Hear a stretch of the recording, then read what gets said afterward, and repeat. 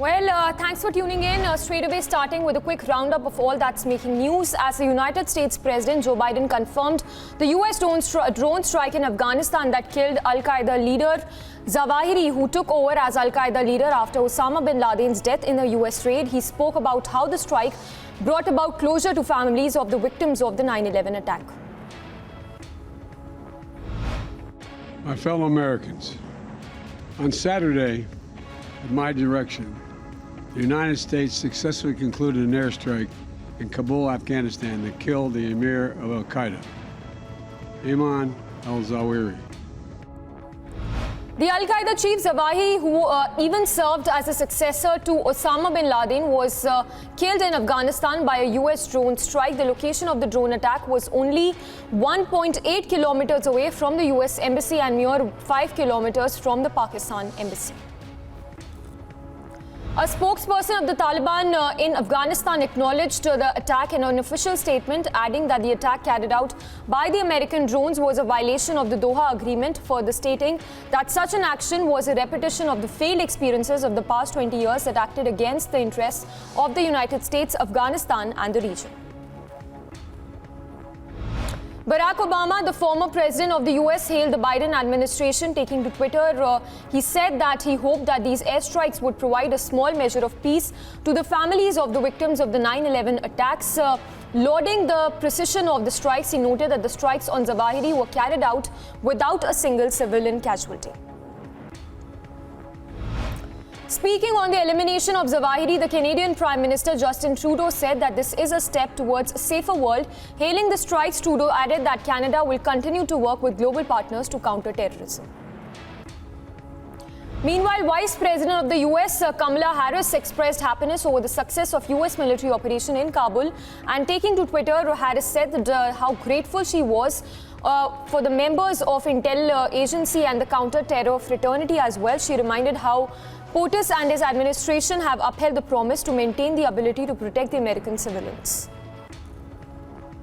US Secretary of the State Antony Blinken announced and hailed the efforts of the Biden administration. He said that the US administration delivered on the commitment to act against terror threats emerging from Afghanistan, and also remarked that the world is now safe following the eliminations of the Al-Qaeda leader, following the elimination of the Al-Qaeda chief Zawahiri.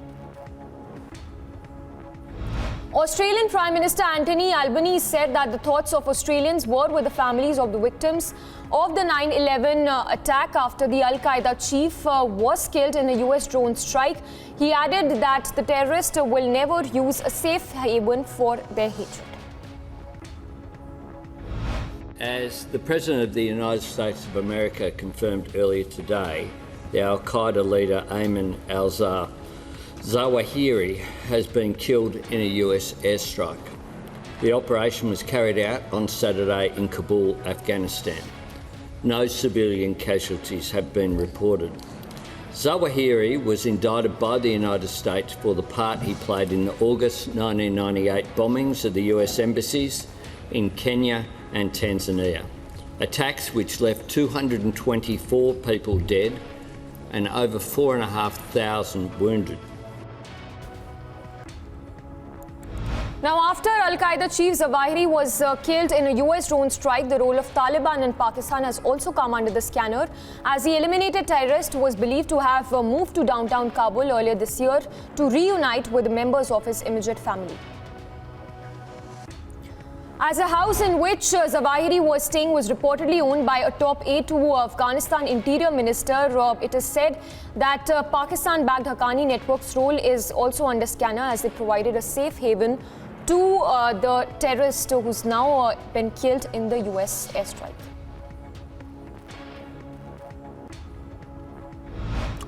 The Pakistan Election Commission has announced the verdict in the foreign funding case against Imran Khan-led Pakistan Tehreek-e-Insaf. Pakistan top election body has accused Imran Khan's PTI to have received prohibited funding. As per the ECB Scrutiny Committee report, Imran Khan-led PTI hid funds amounting to over 310 million rupees and 16 additional accounts from the Election Commission. ARPITA Mukherjee, who's said to be a close aide of sacked Bengal Minister Partha Chatterjee has been continuously denying her involvement in the SSC recruitment scam case. Reiterating her earlier statement, Mukherjee asserted that the money seized by the Enforcement Directorate from her residence does not belong to her. Maldivian President Ibrahim Mohammed Solein met Prime Minister Modi at the Hyderabad House, where during his 4-day visit to India, Solein arrived in India at the invitation of Prime Minister, and both Modi and both the leaders are expected to review the progress in the wide-ranging partnership between Maldives and India. In what could spell more trouble for Congress leaders Sonia Gandhi and Rahul Gandhi, the Enforcement Directorate launched mega searches at Herald House in the national capital in connection with the National Herald scam case. The central agency also carried out multiple raids in at least 10 locations in the national capital. Meanwhile, Union Minister of Parliamentary Affairs Prahlad Joshi said that there is a meeting that will be held on 5th of August regarding the upcoming vice presidential polls. The NDA has announced Jagdeep Dhankar as its vice presidential candidate, while the opposition, remember, has announced Margaret Alva as their candidate for the vice president post. Ahead of the vice presidential election, the opposition's candidate Margaret Alva wrote to all MPs urging them to rise above their party lines and to vote for her. The senior Congress leader also recalled her political career spanning over 5 decades, in which she served in various organizational posts as an MP of both houses, union minister and governor as well. Now, coordinating the opposition, Shiv Sena, over creating a ruckus in the parliament over the ongoing ED investigation against party MP Sanjay Raut, BJP spokesperson Samit Patra slammed Sena and said that the corruption should not be defended by any party.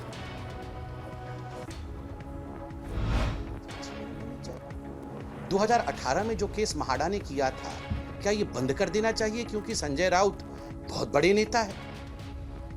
मुझे आश्चर्य होता है। आजकल TV है, आजकल social media है, कुछ छुपता नहीं। नोटों की गड्डियां निकल रही है, गड्डियां देखकर आंख चकाचौंध हो जाता है कि ये है क्या। ऐसे पहाड़ निकल रहे हैं नोटों के, हर जगह पार्थ बैठे हैं। As Unified Payments Interface records 6 billion transactions in July, Prime Minister Modi called it an outstanding feat. Prime Minister Modi said that it is indeed a collective resolve of the people of India to embrace new technologies, asserting that digital payments were helpful during COVID pandemic as well.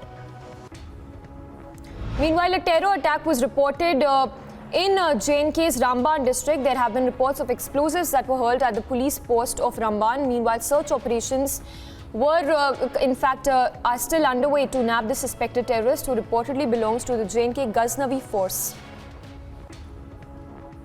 The security forces, meanwhile, spotted yet another suspected Pakistan drone flying close to J&K's international border. Remember, this is one of the many infiltration bits that has been foiled by the Jawans in recent past. And in more news coming in ahead of the 3rd anniversary of the abrogation of Article 370, the Shiv Sena unit of J&K said that they will not celebrate the day as the distress of the people of the United Territory have increased. The J&K party president Manish Sahni alleged that the locals are still waiting for the restoration of their state status. Shiv Sena Jammu Kashmir इकाई ने जो आगामी 5 अगस्त को धारा जम्मू कश्मीर से धारा 370 और 35 से हटने की जो तीसरी वर्षगांठ है, उसको इस साल हम नहीं मनाने का हमने फैसला लिया है।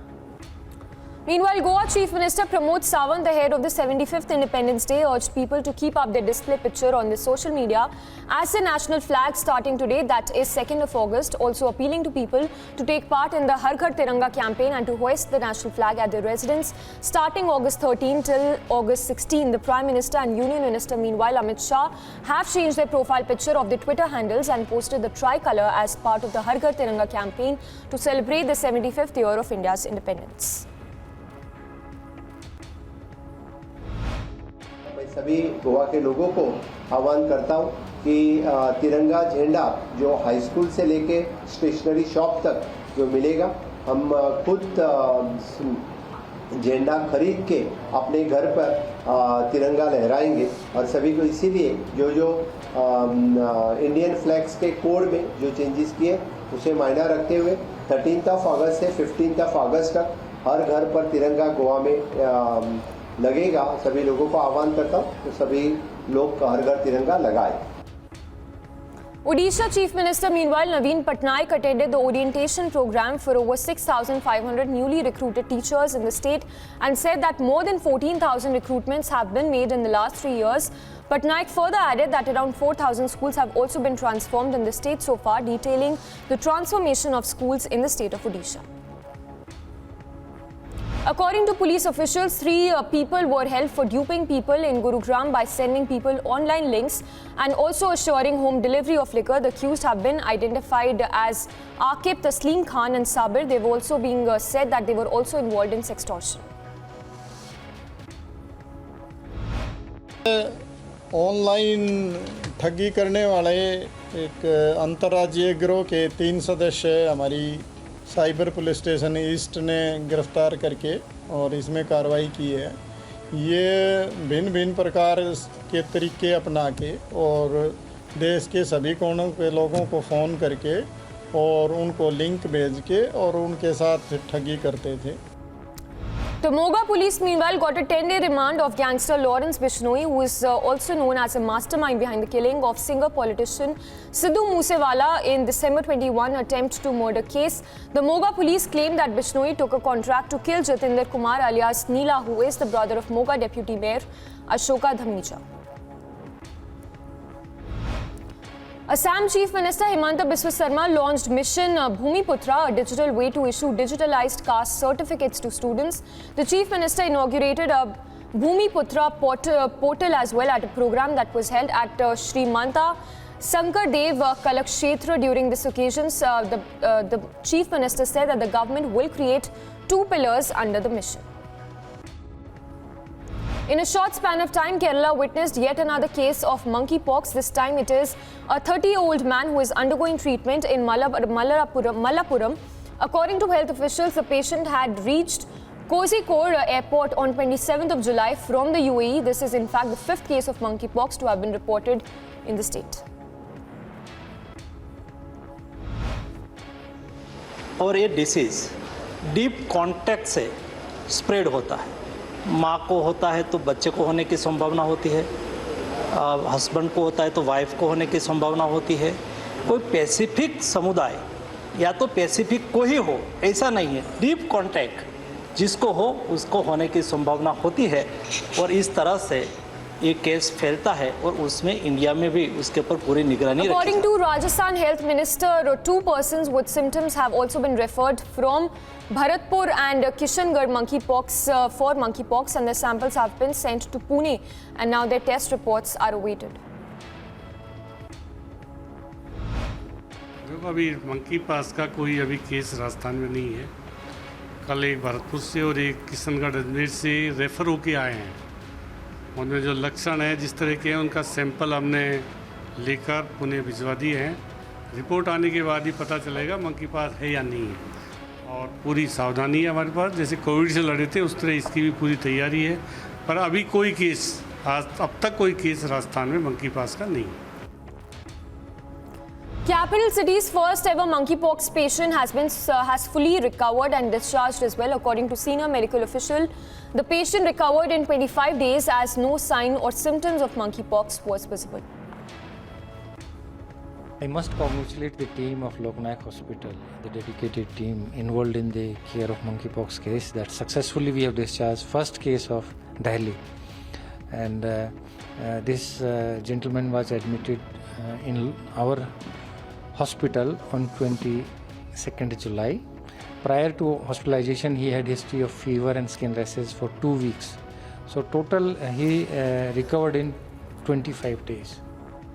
According to Union Health Ministry data, India reported over 13,000 new COVID cases in the last 24 hours, taking the toll to over 5. In fact, the number of active cases have also risen. Meanwhile, the daily positivity rate has been recorded at 3.34%.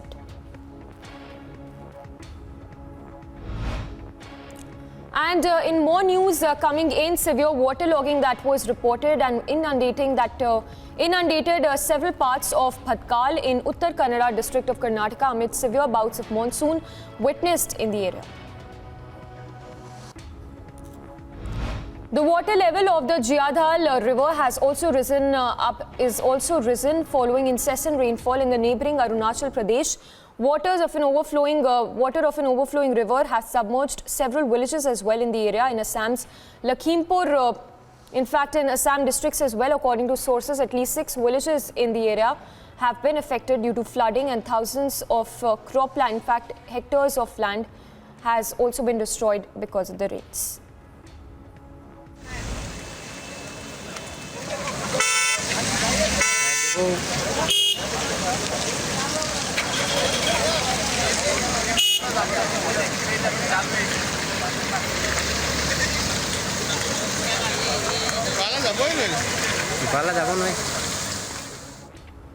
Now, according to the IMD, there will be a reduction in rainfall activity in Himachal Pradesh in the next 48 hours. The director of the IMD, Shimla, further stated that the state has received widespread rainfall during the last 24 hours, especially places in Kangra and Mandi. He further added that it has been a good year for monsoon too. देखिए पिछले 24 घंटे में तो wide spread rainfall हुई है और heavy rainfall में district मंडी है, कांगड़ा, हमीरपुर, इन एरियाज़ में हैवी रेनफॉल हुआ है, करीब 8 सेंटीमीटर 9 सेंटीमीटर के आसपास, और बाकी प्रदेश में हर जगह लगभग बारिश हुई है। Meanwhile, Kerala Chief Minister Pinarayi Vijayan has asserted that red alert for rain has also been issued in 7 districts, and an orange alert has also been sounded in 2 districts, along with very heavy rainfall alert that has also been issued in other parts of southern districts. He further added that a joint emergency cell of the NDRF and state forces have been created and deployed in Kozhikode, Thrissur and Wayanad districts as well. National Highway 10 connecting Siliguri to Gangtok and Kalimpong blocked at Birikdara due to landslide. Work is underway to restore proper facilities and traffic for all. Meanwhile, 2 bodies were found inside a burnt-out, a car that was in the path of Northern California forest raging near the Oregon border. According to sources, 5 crews are battling the flames for the 4th day, taking advantage of the rainfall sweeping the area. We've seen a lot of fire growth very rapidly, and so we just want to make certain that our citizens are abiding by the evacuation orders and warnings. If you're in a warning zone, you need to make certain that you're ready to go should we call it an order. Vice President Kamala Harris called climate change an urgent crisis as she detailed Biden administration efforts to respond to disasters and wildfires. Harris also announced more than $1 billion aid in grants to the states to address flooding and extreme heat exacerbated by climate change conditions. As the climate crisis gets worse, extreme weather will pose a rapidly growing danger to a rapidly growing number of communities. So, to protect the people of our nation, let us understand that we can match that desire with action and that we must act now. The White House welcomed the announcement that the first ship carrying Ukrainian grain set out from the port of Odessa. U.S. officials also announced a new tranche of $550 million security assistance to Ukraine. We're tracking the first ship successfully left the port of Odessa in Ukraine under this recent deal between the United Nations, Turkey, Ukraine, and Russia. We obviously welcome this important step, and we hope to see more ships depart in the coming days to travel onward to world markets with agricultural products such as grain, wheat, sunflower, oil, and corn. The ship left today had something like 26,000 tons of corn. Russia has, of course, weaponized food and has effectively blockaded Ukraine's ports since the beginning of this crisis. And we urge Russia to meet its commitments under this new arrangement, including by facilitating unimpeded exports of agricultural products from Black Sea ports in order to ease the food insecurity around the world. 1 person was killed and at least 6 men were shot late at an apartment complex in northeastern part of Washington, D.C. The shooting was reported outside the Azizi Bates apartment complex in Washington, D.C. According to police officials, they said that 5 people have been injured during the shooting and were immediately taken to the hospital for further treatment. right now, there have been a total of 6 individuals who were shot. 1 individual is deceased. Of those individuals that were shot, they have all been taken to area hospitals. They are all adult males. At this time, we do not have a lookout that we're ready to give to the public for a vehicle or a person, but we are investigating this matter. Now, Ukraine has asked world leaders to declare the country a new nuclear weapon-free zone. Ukraine Deputy Minister of Foreign Affairs spoke in New York at the United Nations meet on nuclear non-proliferation treaty as well. In accordance with the treaty, nuclear-armed countries agreed to engage in negotiations aimed to eventually getting rid of their arsenals, while those without nuclear weapons pledged to refrain from acquiring them. 159th day of full-scale war unleashed by NPT nuclear power against the NPT non-nuclear state. The Ukrainian critical infrastructure facility, public and residential areas, even school and hospitals are under missiles and bombs attack every day. Australia's central bank has increased its benchmark interest rate to a 6-year high of 1.85% for the 4th consecutive month. The Reserve Bank of Australia's decision marked the 3rd straight half-point increase in the cash rate. Remember, the cash rate is now at its highest point since May 2016 in Australia. Speaker, it's another difficult day for Australian homeowners with a mortgage. The Independent Reserve Bank has just announced its decision to increase interest rates by another 0.5%, bringing the cash rate to 1.85%. Now, Australians knew that this was coming, but it won't make it any easier for them to handle. And from the world of sports, Tania Sajdev battled long and hard to rake in the precious point as India registered a sensational win against Hungary in the 4th round match of women's section at the 44th Chess Olympiad in Mamlapuram. Vijay Kumar Yadav won a bronze medal in judo men's 60 kg final at the Commonwealth Games. With this win, Yadav gave India its 8th medal in Birmingham 2022. Achinta also slayed world number 15 Aruna Quadri as India rode past Nigeria to make another final at the Commonwealth Games. It was Sharath who won the crucial second singles match against Quadri to provide a big advantage to India. Was quite clinical, but I think 0-2 down for them. The other player, Omatayo, was quite, he was just going for his shots, playing all out because he knew that he had nothing to lose, and Satyan could keep the pressure on and build it up. And in the end, a 3-0 win against Nigeria is a big statement, I would say. Meanwhile, Australia won 3 more gold medals in the swimming pool and set a new world record on the 3rd day of competition at the Commonwealth Games. Emma won the women's 50-meter freestyle final and Kaylee McKeown led the way in women's 100-meter backstroke with a Commonwealth Games record. Indian team captain Harmanpreet Kaur claimed that keeping a positive frame of mind helped her team to bounce back from their first game loss and beat Pakistan by 8 wickets in their women's T20 match at the Commonwealth Games. Indian captain Kaur also said that the win will give the team great confidence for the next match against Barbados. I think ऐसे India को जिताना और 50 मारना I think वही बहुत बड़ी बात है कोई भी अपोजिशन हो आई थिंक इंटरनेशनल मैच बहुत इंपॉर्टेंट होता है कि हम जीते और ये मैच क्योंकि हम लोग फर्स्ट मैच हारे थे तो हमारे लिए क्वालिफिकेशन के लिए बहुत इंपॉर्टेंट था पाकिस्तान और ऑल्सो बारबाडोस को मैच जीतना तो वही प्लान था ऐसा कुछ नहीं था कि ये अपोजिशन के सामने ऐसे खेलना है और वो सब चीज़ें सो हैप्पी दैट मैं टीम के लिए कुछ कॉन्ट्रीब्यूट कर पाई Indian men's table tennis team continued their winning trail as they marched into the final by defeating Nigeria by 3-0 in the semi-final at the ongoing Commonwealth Games in Birmingham. It was another dominant performance from the Indian peddlers as they did not allow Nigeria to take a win in any match. Indian men's hockey team played out a thrilling draw against England in Commonwealth Games after the opposition made a stunning comeback in the final quarter of the match. India took a solid lead in the match, but England managed to hold India and earn points from the match to maintain the top position.